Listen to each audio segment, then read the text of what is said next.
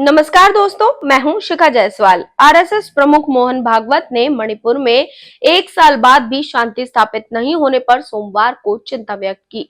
उन्होंने कहा, पूर्वोत्तर राज्य की स्थिति पर प्राथमिकता के साथ विचार किया जाना चाहिए। अब संघ प्रमुख मोहन भागवत के इस बयान पर जमकर राजनीति हो रही है। शिवसेना नेता संजय राउत ने इस बयान पर प्रतिक्रिया दी है। उन्होंने कहा कि सरकार तो उनके आशीर्वाद से ही चल रही है, बोलने से क्या होता है। दरअसल मोहन भागवत ने रेशम बाग में डॉक्टर हेडगेवार स्मृति भवन परिसर में संगठन के वर्कर्स डेवलपमेंट क्लास 2 के समापन कार्यक्रम को संबोधित करते हुए कहा था कि अलग अलग स्थानों और समाज में संघर्ष अच्छा नहीं है।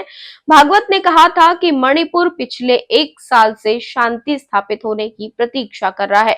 10 साल पहले मणिपुर में शांति थी, ऐसा लगा था कि वहां बंदूक संस्कृति खत्म हो गई है, लेकिन राज्य में अचानक हिंसा बढ़ गई। उन्होंने कहा कि मणिपुर की स्थिति पर प्राथमिकता के साथ विचार करना होगा। चुनावी बयानबाजी से ऊपर उठकर राष्ट्र के सामने मौजूद समस्याओं पर ध्यान देने की जरूरत है।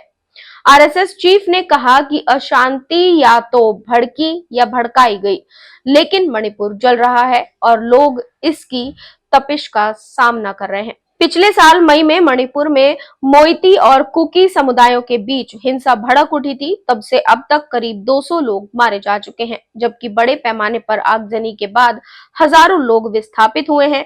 इस आगजनी में मकान और सरकारी बिल्डिंग्स जलकर खाक हो गई है। पिछले कुछ दिनों में जीरीबाम में ताजा हिंसा की सूचना आई है। हाल ही में हुए लोकसभा चुनावों के बारे में मोहन भागवत ने कहा कि नतीजे आ चुके हैं और सरकार बन चुकी है, इसलिए क्या और कैसे हुआ आदि पर अनावश्यक चर्चा से बचा जा सकता है और उस पर जिस पर काम करने की जरूरत है उस पर करना चाहिए। वहां की हिंसा को रोकने के लिए काम करना चाहिए।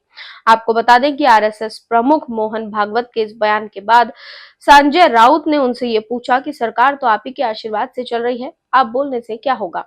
मणिपुर पर फिर से हो रही राजनीति पर आपकी क्या राय है, कमेंट बॉक्स में जरूर बताएं।